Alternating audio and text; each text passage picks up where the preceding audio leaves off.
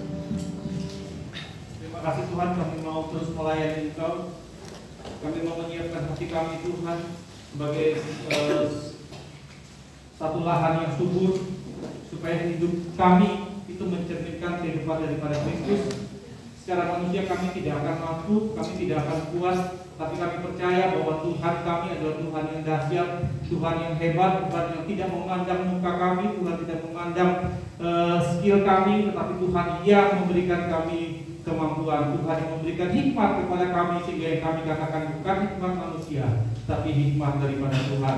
Tuhan, kami mau hari ini Tuhan, kami mau mendengarkan firman-Mu, dan biarlah benih firman-Mu itu jatuh, tertanam dalam hati kami, tumbuh berbuah dalam kehidupan kami. Kami siapkan hati kami untuk mendengarkan firman-Mu. Amin.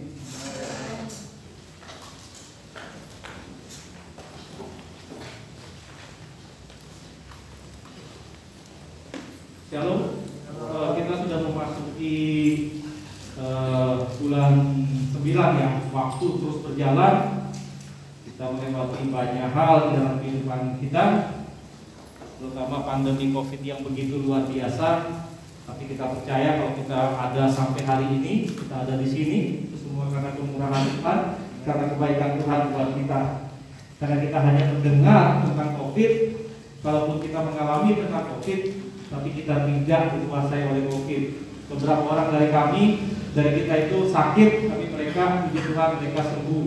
Itu menjadi pengalaman buat mereka, dan sekarang beberapa orang dari mereka itu kita pakai untuk menjadi satgas. Ketika ada yang terserang COVID, mereka menjadi orang yang pertama untuk memberikan briefing tentang penanganan COVID.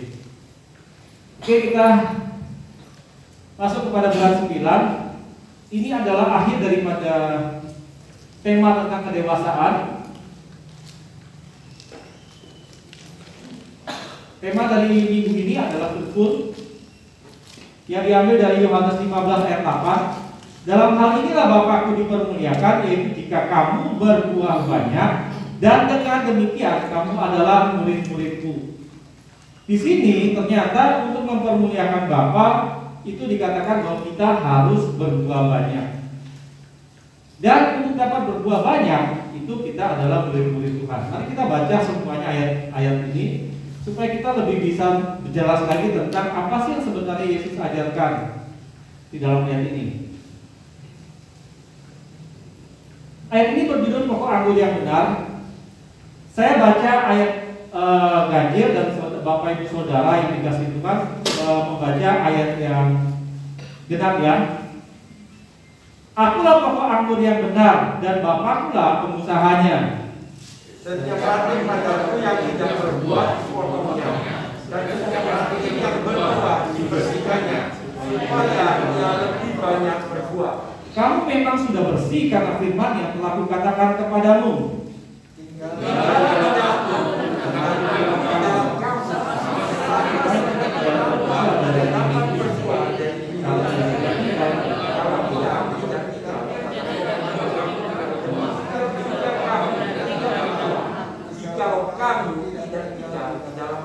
Akulah pokok anggur dan kamulah ranting-rantingnya. Barang siapa tinggal di dalam aku dan aku di dalam dia, ia berbuah banyak. Sebab di luar aku, kamu tidak dapat berbuat apa-apa. Barang siapa tidak tinggal di dalam aku, dia tidak berbuah. Kemudian dikumpulkan orang dan dicampakkan dalam api, lalu dibakar. Jikalau kamu tinggal dalam aku dan firman-Ku tinggal di dalam kamu, mintalah apa saja yang kamu kehendaki dan kamu akan menerimanya. Dalam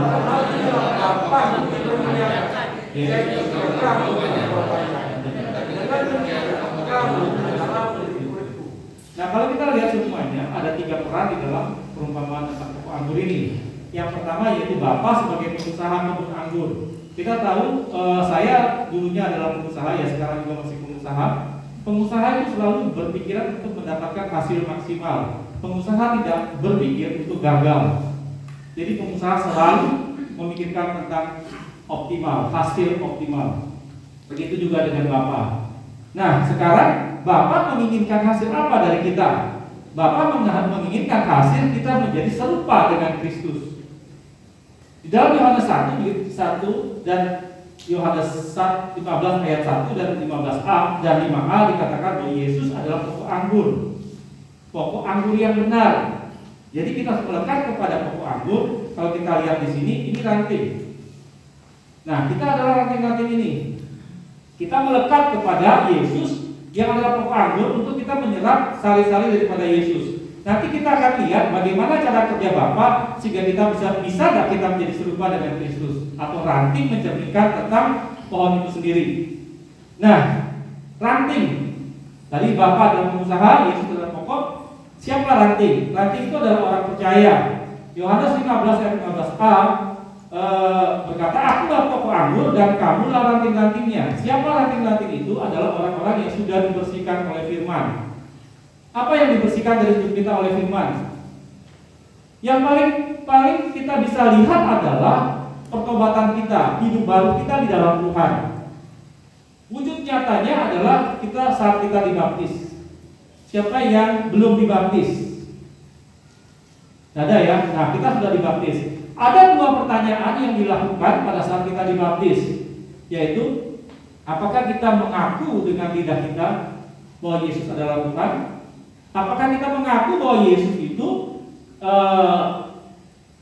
turun ke dunia, kemudian mati, disalib, dan bangkit untuk menyelamatkan kita? Kemudian apakah kita percaya dalam hati dan menjadikan Yesus satu-satunya Tuhan dalam hidup kita? Waktu kita mengaku dengan mulut dan dengan hati percaya, kita dibaptis. Semuanya berhubungan dengan firman Tuhan. Nah, ini kita dibersihkan. Hidup baru kita inilah yang kemudian kita dimasukkan ke dalam ranting pokok anggur. Kalau tidak bagaimana? Berarti mungkin kita belum masuk dalam pokok anggur ini. Nah, sekarang kita lihat lagi, apakah ranting akan selalu melekat pada pokok anggur dan berbuah? Ada 2 macam ranting dalam perumpamaan ini, yaitu pertama, ranting yang tidak berbuah. Yaitu ranting yang tidak memiliki hidup yang datang dari iman dan kasih yang melekat pada Kristus. Ranting ini akan dipotong oleh Bapa. Kapan kita tidak berbuah? Pada saat kita tidak bersepakat dengan Tuhan. Kita sudah menjadi ranting. Ingat, kita sudah menjadi ranting, tapi kita tidak sepakat dengan Tuhan. Ranting ini akan dipotong oleh Bapa, yaitu dipisahkan dari hubungan yang melekat dengan Kristus. Bila mereka tidak lagi tinggal dalam Kristus, Bapa akan menghakimi dan menolak mereka. ternyata perumpamaan ini benar-benar ada sisi kerasnya, yaitu mengingatkan kita akan penghukuman. Yang kedua, ranting yang berbuah, yaitu orang yang memiliki hidup karena iman dan kasih yang melekat kepada Kristus. Ranting-ranting yang berbuah oleh Bapa dibersihkan supaya menjadi lebat buahnya. Kita ternyata yang sudah dibersihkan pun, yang sudah berbuah itu tetap dibersihkan supaya apa? Lebih lebat berbuah. Nah, buah itu adalah apa? Kualitas tabiat Kristus yang memuliakan Bapa melalui hidup dan kesaksian kita. Apa yang Bapa singkirkan dalam hidup kita? Bapa menyingkirkan segala sesuatu dari kehidupan kita yang mempersulit mengalirnya hidup Kristus. Jadi kita perlu tahu bahwa Bapa selalu rindu dan ingin kita menjadi seperti Kristus. Kalau hari ini atau sebelumnya kita dibersihkan dan kita susah untuk menangkap tentang Kristus, itulah saat kita dibersihkan. Dan kita harus terima. Kalau kita tetap melekat, keputusannya ada pada kita, mau menjadi ranting yang berbuah atau ranting yang tidak mau berbuah. Keputusan ada di tangan kita, tapi Bapa punya satu kerinduan. Nah, kalau kita belajar tentang sifat daripada Bapa, mungkin saya perlu jelaskan sedikit. Sifat Bapa adalah panjang sabar. Panjang sabar itu dalam bahasa Ibrani-nya artinya gini: berlama-lama, berlambat-lambat untuk menghukum dan menunggu kita bertobat. Itu arti panjang sabar. Nah, jadi tapi kita jangan kebablasan. Dikasih karunia untuk ditunggu bertobat, tapi tidak bertobat. Oke, nah sekarang kita lanjutkan. Yohanes 15 ayat 6 dikatakan, barang siapa tidak tinggal di dalam aku, ia dibuang keluar seperti ranting dan menjadi kering, kemudian dikumpulkan orang dan dicampakkan ke dalam api lalu dibakar. Ada dua implikasi penting dari Yohanes 15 ayat 6 ini. Yang pertama, hubungan keselamatan antara Kristus dan orang percaya. Hubungan itu tidak bersifat statis. Statis itu artinya begini: saya dulu pernah berbuat dan sekarang saya tidak berbuat, tidak apa-apa. Itu statis karena saya pernah berbuat. Tapi hubungan dengan Yesus itu adalah progresif. Yaitu selama kita hidup dengan Kristus, maka kita akan memberikan hidup ilahi. Kita akan berbuat dulu, kita berbuat sekarang, dan kita akan berbuat ke depan. Tidak bilang bahwa saya pernah berbuat dulu dan sekarang mau pensiun. Bisa nggak kita menyatakan pensiun? Sebenarnya tidak bisa. Jadi kita harus progresif terus bertumbuh. Implikasi yang kedua yaitu ada tiga kebenaran penting dari ayat 15 ayat 6 ini tentang penghukuman. Kita perlu tahu ini supaya kita bisa tahu tentang bagaimana kita nanti, kenapa kita harus berbuat. Kebenaran yang pertama adalah tanggung jawab untuk tetap tinggal di dalam Kristus dipikul oleh para murid. Kita, orang percaya, punya tanggung jawab untuk tetap tinggal di dalam Kristus. Kenapa kita harus tinggal dalam Kristus? Karena kita adalah manusia berdosa yang pada saat kita tinggal dalam Kristus dan Kristus tinggal dalam kita, maka kita dibangkitkan secara rohani. Adam itu berdosa. Kemudian ketika ia berdosa, ia tidak dapat menikmati hidup bersama dengan Tuhan. Ia tidak dapat menikmati kasih Tuhan secara sama yang dia rasakan di Taman Eden. Waktu dia berdosa, dia harus mencari makan dengan peluh, dengan keringat. Nah, dosa membuat kita terpisah. Nah, ini yang menjadi tanggung jawab kita. Kita diberikan hidup oleh Tuhan. Hidup kita tidak pakai untuk kemudian kembali kepada dosa, tapi hidup kita pakai untuk hidup di dalam Tuhan. Atau yang biasa kita kenal dengan hidup baru. Kebenaran kedua adalah tinggal dalam Kristus itu mengakibatkan Kristus diam di dalam kita terus menerus. Kita akan berbuah, berhasil dalam doa dan sukacita penuh. Jadi waktu kita tinggal dalam Kristus itu sifatnya terus menerus, tidak sementara. Di gereja kita dengan Kristus, tapi di luar kita dengan Kristus. Tunggu dulu ya, nanti saya datang lagi jemput kamu pada saat KM atau pada saat ibadah minggu. Tidak seperti itu. Kita harus ikut Kristus dengan segala kondisi yang kita hadapi, di mana saja dan kapan saja. Kondisi nyaman dan kondisi tidak nyaman, bahkan penderitaan dan penganiayaan. Supaya kita bisa lihat, supaya kita bisa kenal siapa Yesus yang kita sembah, siapa Tuhan kita itu. Bagaimana Ia menolong kita, bagaimana kemudian Dia mengajarkan kita beberapa hal yang kita tidak dapat lakukan, dan kemudian kita tercengang karena kita bisa melakukannya. Yang ketiga, yang ketiga yaitu dampak dari kegagalan tetap tinggal dalam Kristus adalah ketidakmampuan untuk berbuah, dan dibuang oleh Kristus, dibuang dari Kristus dan binasa. Yang kita hati-hati dalam hidup ini adalah kalau kita bilang kita potong ranting, apakah ranting ketika kita potong langsung mengering? Enggak ya, dia butuh waktu, sekian waktu untuk dia masih bisa segar, kemudian beberapa hari atau beberapa saat baru kemudian dia menjadi kering. Nah, hati-hati dengan kondisi seperti ini. Kita sudah dipotong dan kita masih merasa hidup, kita masih merasa fine-fine saja, tapi ternyata kita sudah terlepas dari Kristus. Ini implikasi dari Yohanes 15 ayat 6 itu. Apa yang harus dilakukan oleh ranting untuk dapat berbuah banyak, atau continue berbuah, atau selalu berbuah? Yohanes 15 ayat 4, tinggallah di dalam aku dan aku di dalam kamu. Sama seperti ranting tidak dapat berbuah dari dirinya sendiri kalau ia tidak tinggal dalam pokok anggur. Demikian juga kamu tidak berbuah jika kamu tidak tinggal di dalam aku. Melekat pada Kristus adalah menjadi murid Kristus. Kenapa? Karena kita perlu kenal Kristus dengan segala dimensinya. Kita hanya kenal Kristus sebatas cerita dari firman Tuhan yang disampaikan, dari baca Alkitab. Tapi apakah kita bisa kenal Kristus dan kita kenal Kristus dari sini? Bisa, tapi kita hanya punya pengetahuan tentang Kristus. Kita perlu kenal pribadinya, Kristus, baru kemudian kita bisa kenal Kristus dan Kristus ada dalam kita. Proses daripada hal inilah yang disebut dengan pemuritan atau murid atau pembapaan. Nah, di gereja kita ini, di GBI Sumbawa, kita punya yang namanya KM. Kita membawa dari KM ini, kita mau untuk apa? Kita memperkenalkan hidup baru saudara perlu ada yang namanya pengertian. Ketika Anda melayani dengan pengertian. Ketika Anda melakukan sesuatu itu dengan pengertian yang benar. Sehingga pengertian yang benar mendorong Anda untuk mendorong kita untuk melakukan hal-hal yang benar. Sulit? Ya, sangat sulit. Karena itu kita perlu komunitas. Makanya saya ajak, ayo kita semua gabung dalam KM. Karena itu penting. Nah, lalu apa yang menjadi syarat daripada murid? Kalau kita bilang tadi yang berbuah itu hanya murid, apa yang menjadi syarat dari murid Kristus? Yang pertama, siap untuk dibersihkan agar lebih banyak berbuah. Dari apa saja kita dibersihkan? Ada dari dua macam, yaitu pengaruh manusia dan pengaruh materi.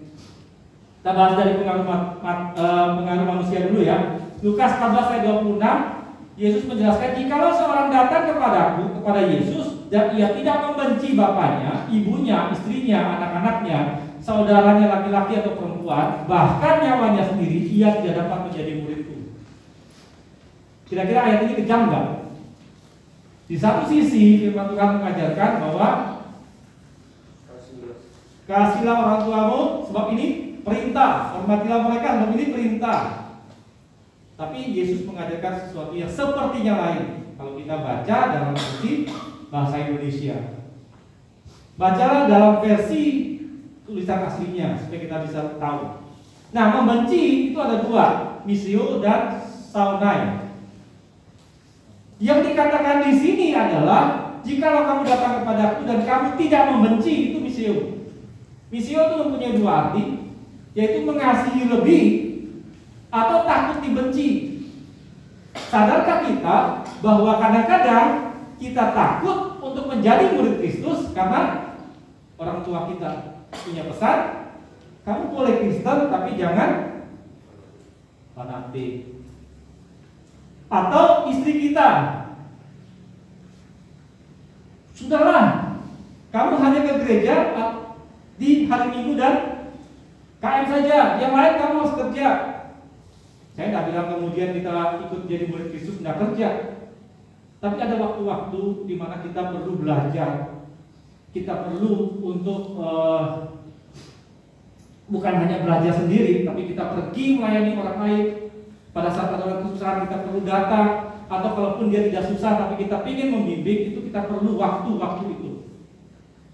Makanya saya mengajak kita, kalau kita sebagai orang tua atau kita sebagai pasangan, jangan kemudian menjadi penghalang. Sebab Yesus yang mengatakan ini.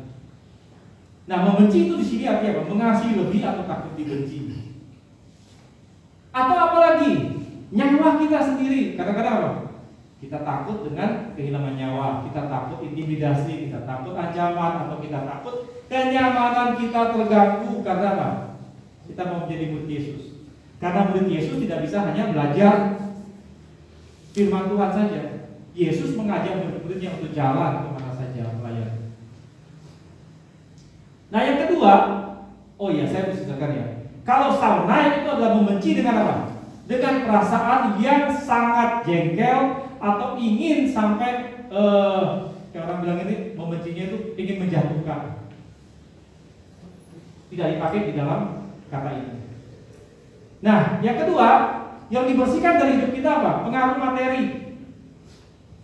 Materi di dalam Lukas 14 ayat 33 dikatakan, demikian pula lah tiap-tiap orang di antara kamu yang tidak melepaskan dirinya dari segala miliknya tidak dapat menjadi murid-muridku. Materi ini berhubungan dengan apa? Harta, kekayaan, status, kehormatan, pendidikan. Ini semua berhubungan. Kita nggak bisa pakai itu kemudian waktu Yesus ingin kita merendahkan diri, kita bilang saya ini S2 Tuhan, GKM saya ini nggak lulus SMA Tuhan. Gimana saya bisa? Dia lebih dalam tanda kutip tidak lebih pintar dari saya. Saya ini sekolah kita Tuhan. GKM saya siapa? Saya lebih kaya dari dia. Saya lebih hebat, saya lebih tua dari dia. Nah, kira-kira kalau ini kita dapat kita bisa jadi murid. Ini yang perlu untuk kita akan selalu dibersihkan dalam hal ini, sehingga tidak ada lagi yang menjadi penghalang untuk kita menjadi murid Kristus. Yang kedua, tinggal dalam Yesus dan Yesus dalam kita. Lukas 14 ayat 27, barang siapa tidak memikul salibnya dan mengikut aku, ia tidak dapat menjadi murid-muridku. Apa sih salib itu? Salib berbicara tentang pengorbanan untuk menyelamatkan orang lain. Yesus datang mengorbankan dirinya untuk keselamatan orang lain. Salib berbicara tentang penderitaan. Salib berbicara tentang kemuliaan Tuhan. Nah, ini kita berbicara di sini. Kita disuruh pikul salib kita. Menderita enggak? Sangat menderita. Mau coba? Ayo coba. Jangan jadi anggota KM, jadilah GKM, jadilah pelayan di mimbar. Kalau lebih dahsyat lagi jadi gembala. Supaya kita bisa tahu, ternyata salib kita di situ sangat berat. Tapi percayalah, melalui salib kita bisa lihat Yesus, kita bisa menjadi sama dengan Yesus pada saat kita pikul salib kita. Kita nggak bisa hanya terus-terusan untuk menjadi anggota KM. Yang minta ini, minta itu, sedikit-sedikit minta tentang perubahan, aduh kenapa suasana tidak menyenangkan, aduh bosan, aduh dan sebagainya. Kita buat itu untuk sekarang satu KM punya 12 orang. Kalau 12 orang punya permintaan, bagaimana cara memutuskannya? Ini berhubungan dengan apa? GKM terus pikul salibnya untuk apa? Kebenaran untuk disampaikan, dan kebenaran disampaikan itu sesuai dengan waktunya satu-satu. Nah, ini perlu. Kalau kita tidak ikut salib, kita tidak bisa. Dalam salib itu ada kata apa? Mengikut aku. Waktu kita sudah ikut, kita masuk dalam penderitaan, tetap ikut Yesus. Kita tidak pernah lagi menyangkal Yesus. Tidak enak, ya, tidak nyaman. Yesus saja bilang, kalau bisa jangan lalu daripadaku, karena dia tidak ingin pikul salib ini. Nah, kita juga sama dalam hal ini, kita juga mesti lihat pikul salib kita.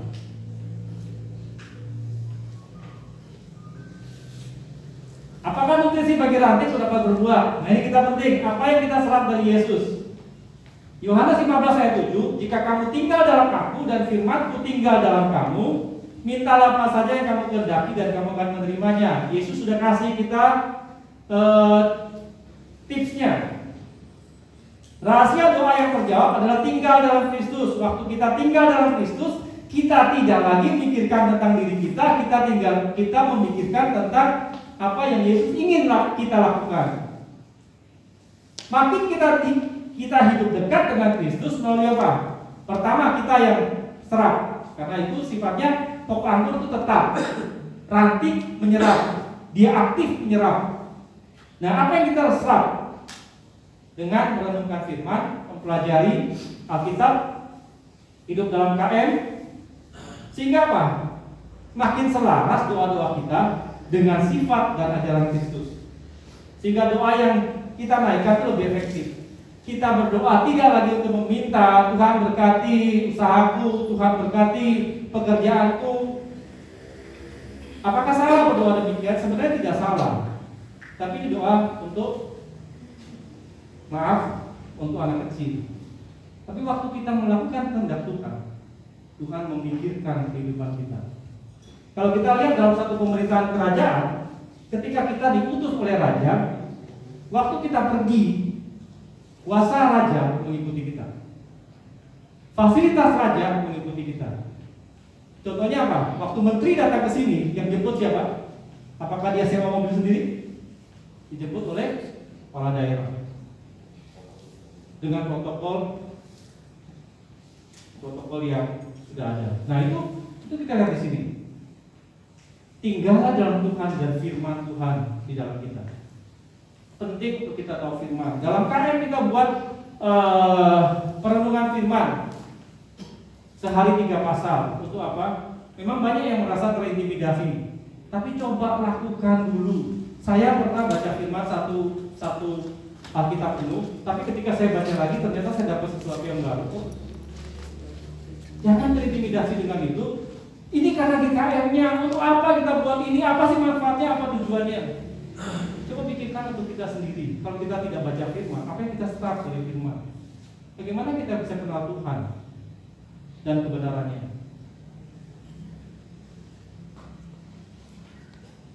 Buah apa yang kita hasilkan? Nah ini buah, dari buahnya kita kenal pohonnya. Berbuah banyak, karena dikatakan kita akan memuliakan Tuhan kalau memuliakan Bapa kalau kita berbuah banyak. Apa sih berbuah banyak itu? Atau apa sih berbuah itu? Berbuah bahasa Yunaninya itu karpos, yaitu buah daripada pohon atau keturunan yang identik. Efek yang kedua, arti buah atau karpos ini adalah efek atau hasil dari tindakan. Misalnya apa? Karya, keuntungan, persembahan, terima kasih dan sebagainya. Itu buah. Berbuah. Nah, banyak itu bahasa Yunaninya polus. Ada 2 arti di sini, yaitu much or money. Artinya jumlahnya banyak. Many itu dapat dihitung, much tidak dapat dihitung. Tapi saya tidak bahas itu lebih banyak di sini. Dan yang kedua, large, kapasitasnya. Berbuah banyak ternyata artinya begini.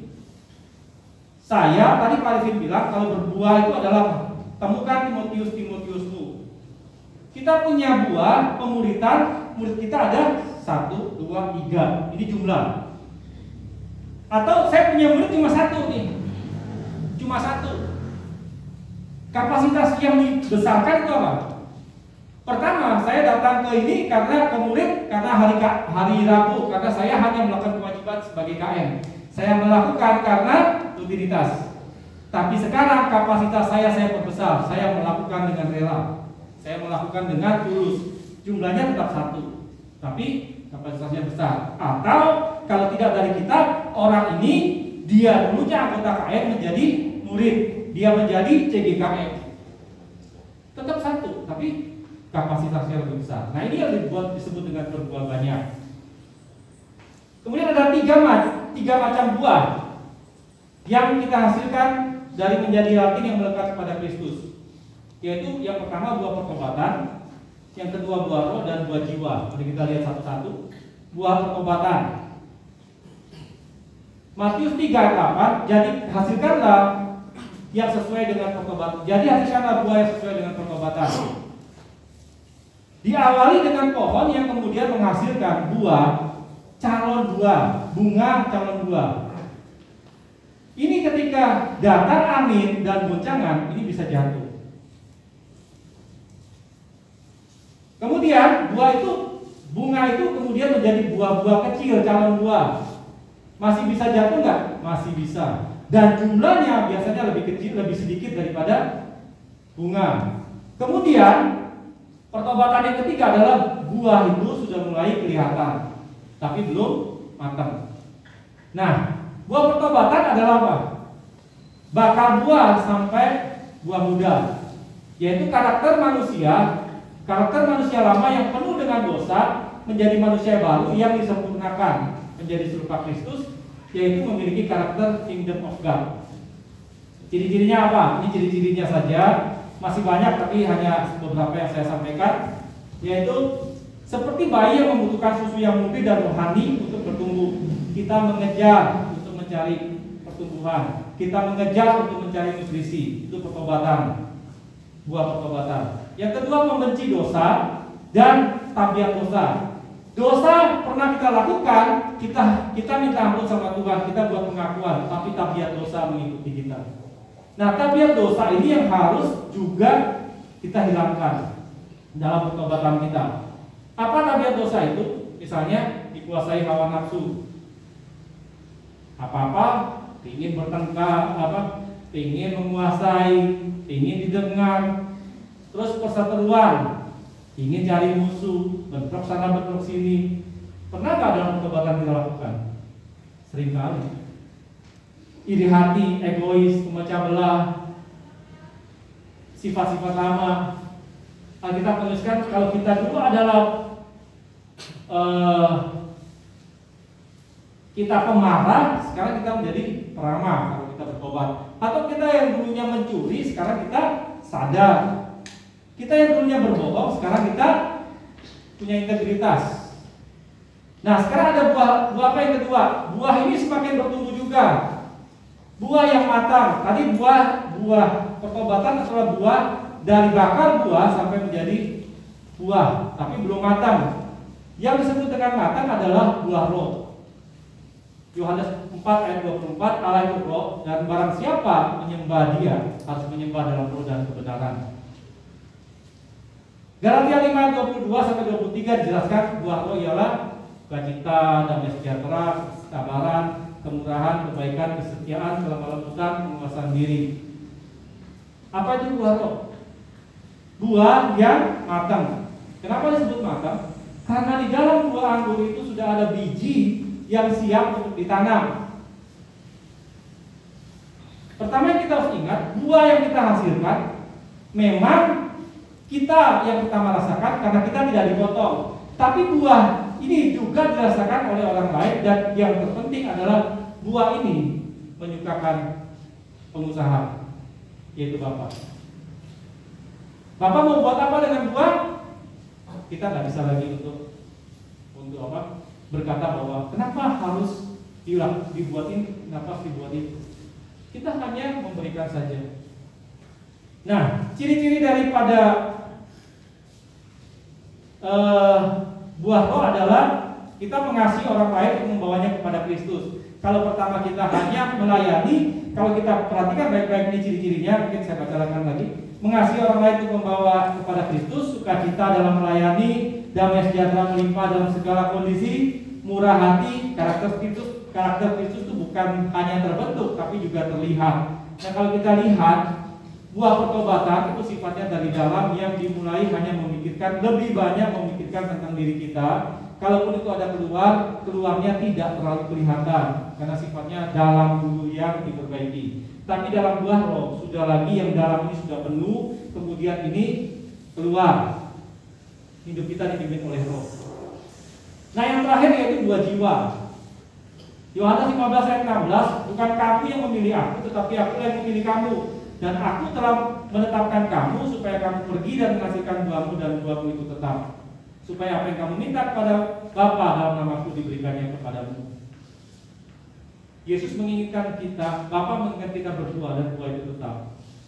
Tidak cukup kita berbuah dan buah itu hanya bakal bunga bakal buah, tapi harus buah itu matang. Buah itu dapat dinikmati, baru kemudian tercapai yang disebut dengan Bapa dipermuliakan, Bapa disenangkan. Nah sekarang kita mengoreksi diri kita masing-masing. Apakah hidup kita ini sudah menghasilkan buah? Apakah kita masih melekat kepada Tuhan? Dulu saya pernah menghasilkan buah, tapi sekarang kayaknya saya susah untuk, sudah mulai lelah untuk berbuah. Mari kita tundukkan kepala, kita koreksi diri kita masing-masing. Kita yang sudah melekat ini, apakah kita masih berbuah?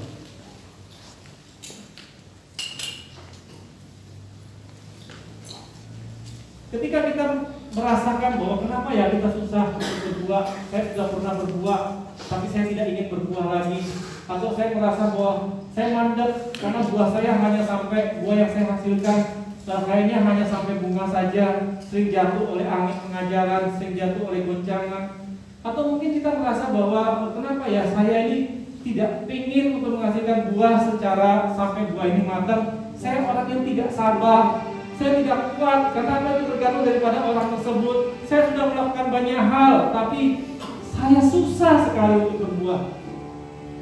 Matius 11 ayat 28 sampai 30 mengatakan, Yesus berkata, mari datang kepadaku, semua yang sudah berbeban berat. Yesus akan memberikan kelegaan kepadamu. Mungkin kamu menderita dalam pelayananmu. Mungkin kamu menderita, kamu merasa susah, kamu merasa ditekan, kamu merasa terintimidasi dengan pelayanan yang sedang kita lakukan hari ini. Kita tutup mata dan kita bilang, Tuhan, ini aku Tuhan, buat pengakuan kita di hadapan Tuhan supaya kita sembuh. Bila perlu taruh tanganmu di dada dan katakan, Tuhan, aku mau buat komitmen baru di dalam Engkau. Aku mau berbuah dalam hidupku. Selama ini ternyata aku belum berbuah, Tuhan. Kalau aku belum berbuah, berarti aku belum melekat kepadamu. Aku sering kesal ketika Engkau mengizinkan aku masuk dalam sesuatu yang tidak menyenangkan dalam hidupku. Yesus berkata hari ini, pikulah aku yang kupasang dan belajarlah padaku. Yang mau kita bersama-sama memikul kuk yang Dia berikan kepada kita, supaya kita tidak berjalan sendiri, tapi kita berjalan bersama dengan Tuhan. Belajar bersama dengan Dia, alami bagaimana Ia menolong kita, alami bagaimana Ia mengasihi kita. Lihat kekuatannya, lihat kedahsyatannya. Sebab Yesus, kuk yang dipasang oleh Yesus itu ternyata enak dan bisa ringan asal kita bersama-sama dengan Yesus.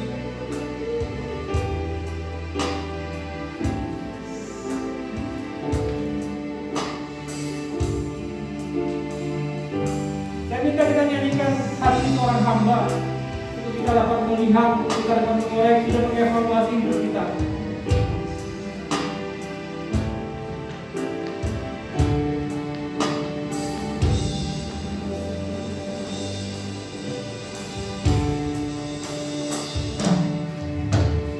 Ku tak dapat lupakan kebaikan yang ku terima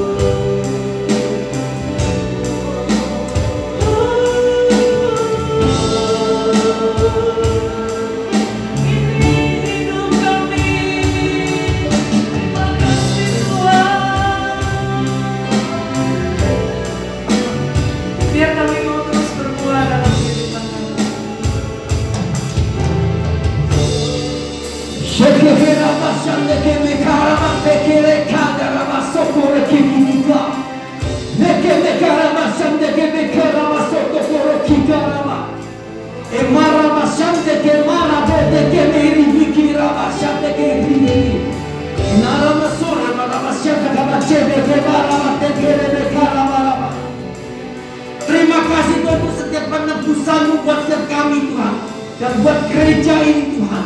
Dan kami tahu tak kami adalah orang-orang yang harus berbuat Tuhan, karena penebusan-Mu yang akan membawa kami untuk kami masuk dan kami dapat berbuat Tuhan. Karena itu Tuhan, kami mau masuk di dalam sebuah hubungan dengan Engkau, hubungan yang membawa kami untuk kami mengetahui setiap fungsi dan waktu-Mu Tuhan. Dan buat gereja ini Tuhan, kami benar-benar lewat gereja ini kami tahu Tuhan bahwa gereja ini akan mengalami perjalanan kasih karunia, perjalanan kebaikan, dan gereja ini akan masuk dalam sebuah hubungan kedalaman dengan Tuhan. Karena lewat sebuah hubungan ini, gereja ini akan mengalami sebuah tatanan-Mu Tuhan, membawa sebuah keteraturan buat gereja ini. Karena itu untuk orang-orang yang ada di dalam GBI Sumbawa dan bersama dengan kami Tuhan, kami membuka hati kami, kami buka hidup kami untuk tidak ada selaput setipis pun Tuhan yang menghalangi kami untuk dapat berbuat Tuhan. Bongkar Roh Kudus, bongkar Roh Kudus, mulai bongkar Roh Kudus.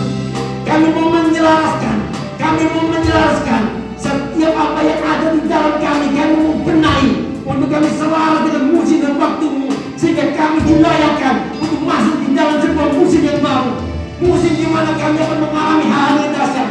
Dan lewat gereja ini akan lahir sebuah pergerakan yang dahsyat, dan akan lahir orang-orang di dalam sebuah KM yang memiliki sebuah panggilan yang ilahi, panggilan di dalam sebuah end time, panggilan di dalam pelayanan, dan panggilan sebagai tim altar yang akan mereka akan melaksanakan sebuah panggilan ilahi berdasarkan apa yang telah Tuhan buktikan di belakang tabirnya, yaitu sebuah kebenaran. Maka benar-benar lewat KM ini akan memperlengkapi tubuh Kristus di dalam gereja ini untuk masuk di dalam sebuah panggilan yang dahsyat. Dan gereja ini juga akan mengalami banyak akan terjadi pemulihan lewat orang-orang dalam gereja ini.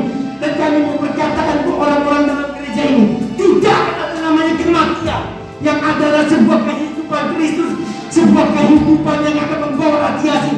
Karena kami tahu, kamilah the representative kingdom of Christ. Karena kami tahu kerajaan Tuhan satu lewat gereja ini Tuhan, di dalam nama Yesus. Karena lewat gereja ini maka benar-benar Sumbawa menjadi Sumbawa yang aman, Sumbawa yang sejahtera. Sumbawa ini akan menjadi Sumbawa yang membawa kehidupan Kristus. Harus nyata lewat gereja ini. Maka ini juga yang terjadi, akan banyak penyertaan supernatural, akan terjadi perlindungan supernatural lewat gereja ini di dalam nama Yesus. Dan kami tahu kamilah orang-orang yang telah ditentukan untuk mengalami itu di dalam musim dan waktunya Tuhan. Dan kami juga bawa Tuhan berdasarkan sebuah kebenaran-Mu Tuhan yang telah membukakan buat kami.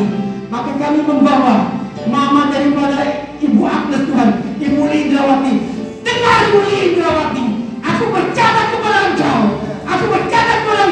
sampai DNA-Mu mendengarnya, jadilah sembuh oleh biru-biru darah Yesus. Engkau telah sembuh pada hari ini, terjadi di dalam nama Yesus.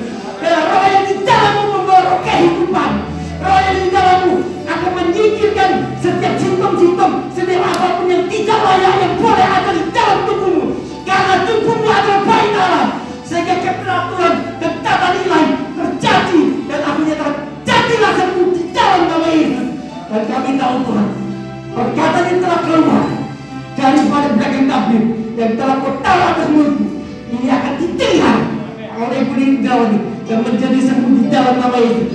Karena lewat kesembuhan ini, maka Daniel Agnes akan melihat bukan Tuhan yang dia tinggal lagi, bukan Tuhan yang dia dengar dari khotbah-khotbah, tapi dia akan melihat Tuhan yang nyata, Tuhan yang adalah realita itu sendiri, akan benar-benar dilihat oleh Daniel Agnes di dalam nama Yeshua HaMashiach. Dan kami mau berkatakan Tuhan, gereja ini akan mengalami realita-Mu secara nyata.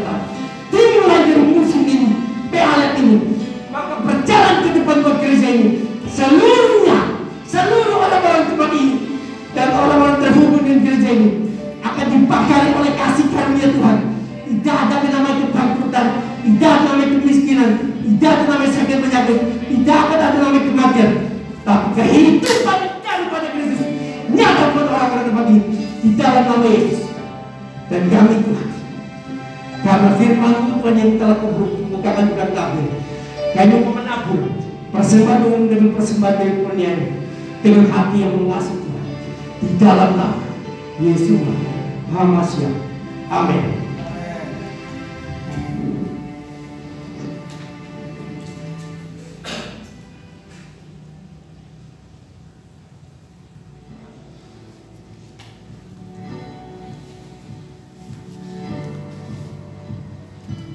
Ibadah hari Minggu tanggal 19 September akan diadakan di Aula Hotel Tambora pukul 8 pagi WITA. Cembawa berdoa diadakan pada hari Rabu pukul 6 sore WITA. Link akan dibagikan via grup WhatsApp.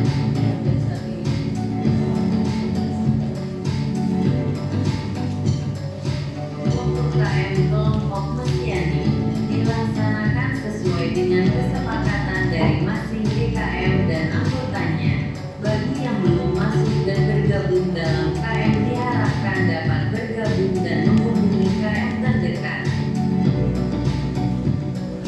Ibadah Rohi dilaksanakan secara online setiap hari Minggu pukul 11 WITA.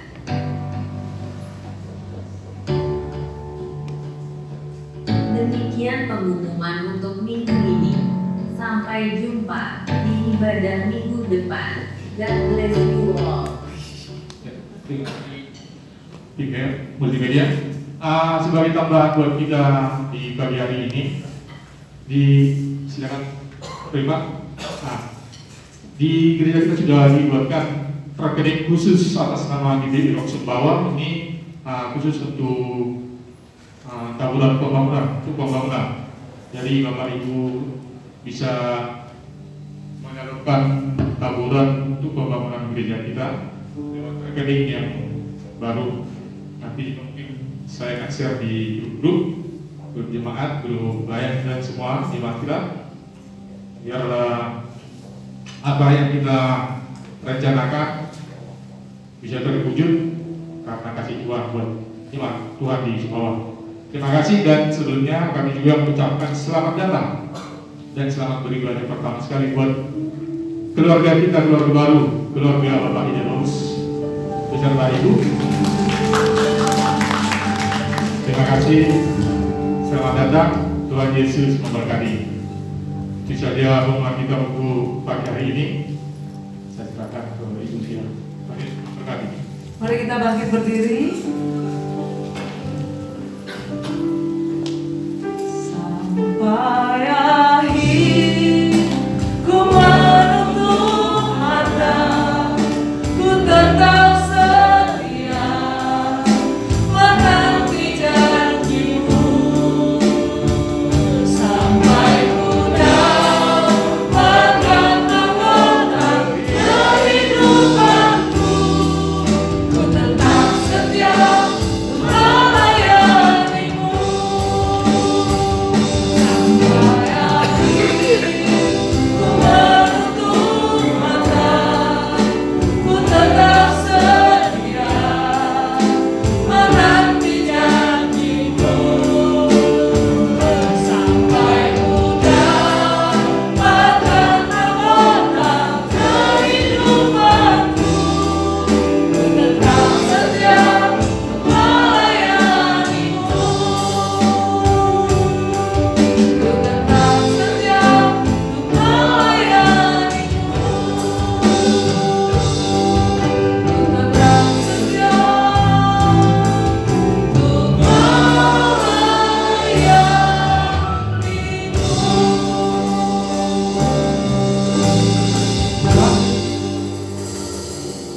Tuhan, terima kasih buat apa yang sudah Kau berikan pada kami. Kami percaya kami sudah mulai melihat Tuhan bagaimana karya-Mu di dalam pembangunan daripada gereja kami. Firman kami yang besar Tuhan.